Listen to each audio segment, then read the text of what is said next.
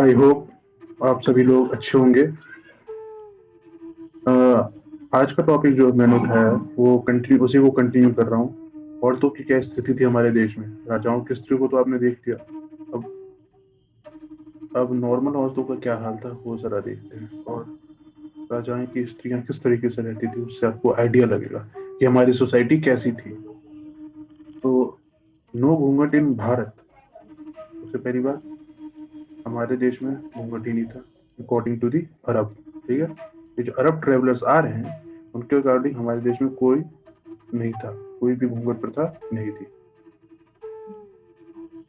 Most of the princess of India when they hold a court allow their women to be seen by the men who attend it, whether they be natives or foreigners।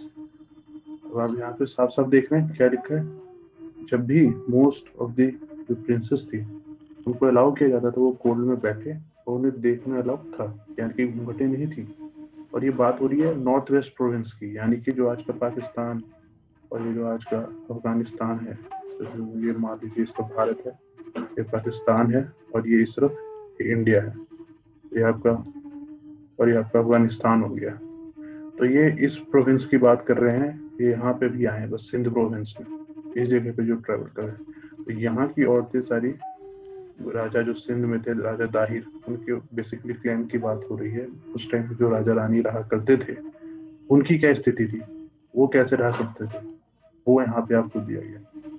No we'll conceal them from the eyes of the visitor.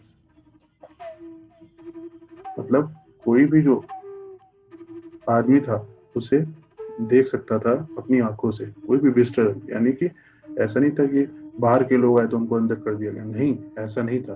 वहां पे हर किसी को allowed था ये चीज। सो I hope आपको ये समझ में आया होगा कि हमारी सोसाइटी कितनी एडवांस थी, और आज से ही नहीं, हमेशा से।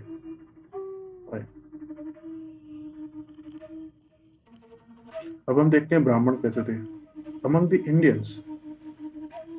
नेक्स्ट टॉपिक है अबाउट द ब्राह्मण्स। अब देखेंगे among the Indians there are men who are devoted to the religion and men of science whom they all call ब्राह्मण। तो ब्राह्मण सिर्फ वो नहीं रहे जो पूंगा पंडित होते हैं आज के डेट में, जो सिर्फ मंत्र मंत्र पढ़ाते हैं। They are the men of science, यानी कि they are scientific people. They just not used to do rituals and rites, they used to conduct every other things of other any other domain which is related to science. For example maths, as you know, maths हमने ही develop की है। as you know, chemistry हमने develop की है, metallurgy हमने develop की है। हमारे आर्किटेक्चर दुनिया के one of the best marvels हैं। आप साउथ में जाइए, आपको सारे एंशिएंट टेम्पल्स दिखेंगे। What kind of technology we have, we used to have, they they have also their poets who live at the court of their king, astronomers and philosophers। और यही ब्राह्मण क्या होते थे, एस्ट्रोनॉमर्स भी होते थे, पोएट्स भी होते थे, और फिलोसफर्स भी होते थे। तो ये सारे काम थे ब्राह्मणों के।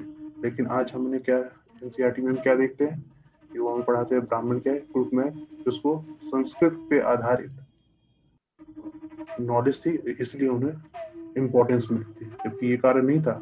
दे are the men of science, and not only men of science, they are also astronomers, they are also philosophers, and they are the poets। they use, वो हर एक क्षेत्र में थे जहाँ पे दिमाग का इस्तेमाल होता है। वैसे भी हमारे यहाँ कहा गया ब्राह्मण वो है जो ब्रह्म को जानता है। और अब जब डिक्शनरी में जाएंगे संस्कृत की तो आपको पता चलेगा there are other kind of stages to become a Brahmin. So आप ऐसे ही ब्राह्मण नहीं बन सकते हैं, आपको कई सारे स्टेजेस होते हैं। तो आई होप आपको ये पसंद आया होगा। नेक्स्ट में हम और भी इश्यूज डिस्कस करेंगे, ऐसे ही धीरे धीरे मैं टॉपिक्स लाऊंगा। जय श्री राम।